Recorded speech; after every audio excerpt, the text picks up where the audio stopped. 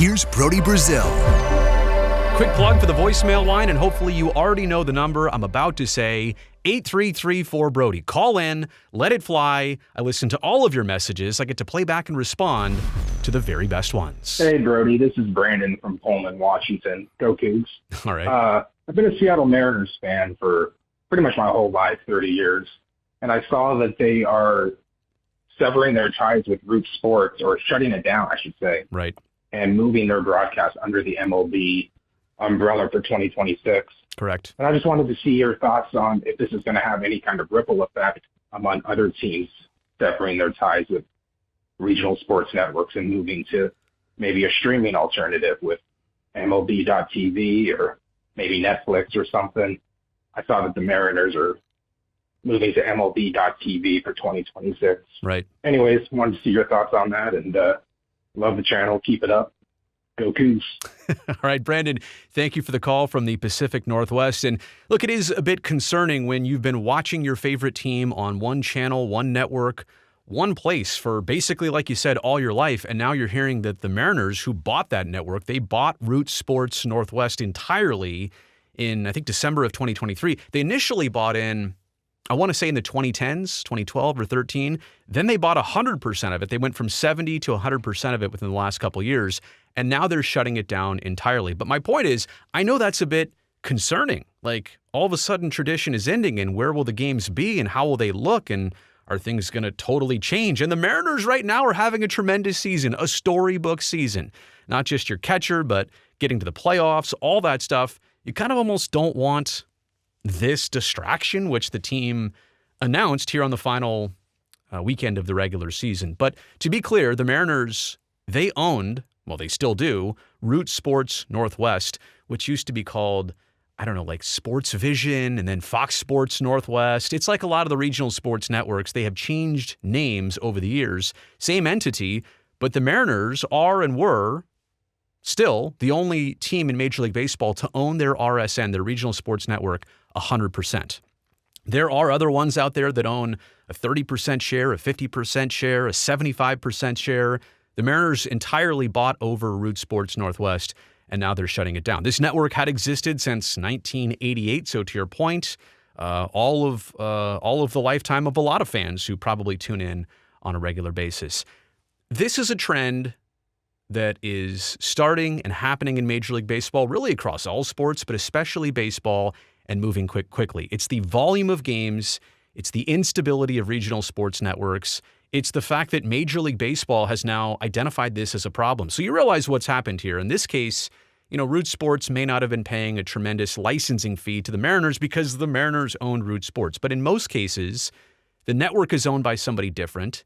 They're paying the baseball team $30, $50, $70, $90, $110 million a year for the rights to televise the games.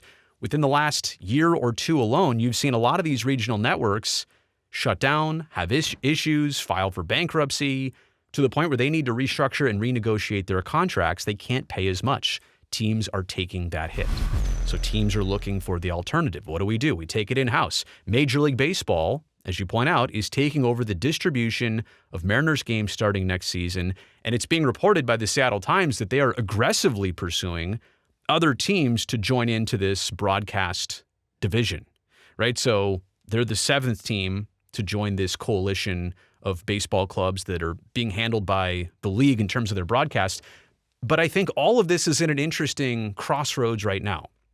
You're going to have teams out there like the Dodgers on a tremendous television rights deal, or the Yankees who have Yes Network, or the Red Sox and NESN, or the Cubs and the Marquee Sports Network. And I think even the White Sox on the south side of Chicago, they've got a new co-owned, co-branded sports network that launched this year. You've got a lot of teams in perfect scenarios and situations, and they don't want to break away. They don't want to go the MLB route like the Mariners are doing because they know they're going to take a financial hit.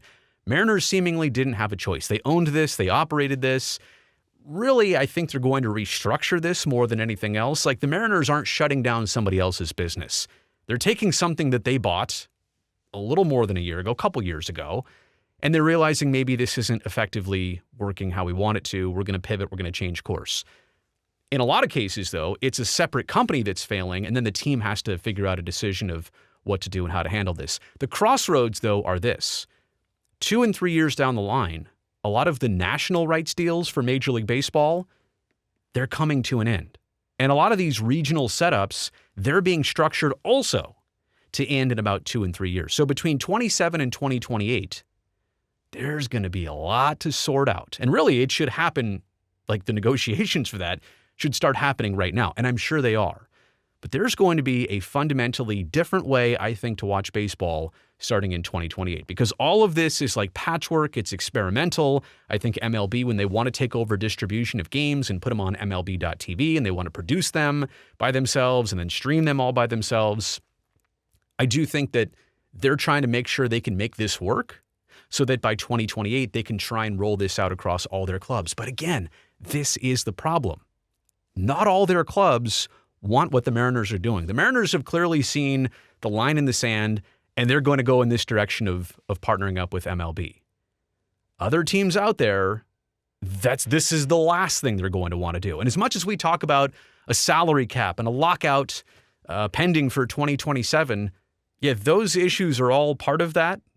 But so is this, the television rights deals that teams can't even agree on. Like, this part really has nothing to do with the players, but the clubs can't even agree on how to handle this. And so this is also part of the dilemma, and this is a reason why, money-wise, they're going to have to figure things out. They might have to shut things down until they figure this part out, because there's going to be 2 definitive sides of this argument. Anyway, as for Mariners fans, I would think that the team is going to take care of their broadcasting properties. They're going to try and make the product not change at all. Where you watch it might change. The channel's probably going to be dissolved. Maybe they'll put some of their local games on local television channels, just like what the Seattle Kraken have done. If you follow their trajectory, starting off with their own network and then being on Amazon Prime, like they still are, but then going to local affiliates and putting all their games for free on television, all that might happen with the Mariners too. But I think the bottom line is moving places, but hopefully with the same product that fans have come to know and love and expect. And hopefully it just doesn't look a lot different. It's only in a new place and it's still enjoyable. Let me know what you think about all this in the comments section below. But yes, I do think that what's happening in Seattle is a trend across baseball. It's a trend across sports. Honestly, if we're looking at how sports are going to be consumed and watched and viewed and where you'll watch those games in 2035, it's going to be way different than it is right now. Comments down below, also thumbs up down there helps me, the video, the channel. Don't forget to subscribe. I would love to see you back here next time.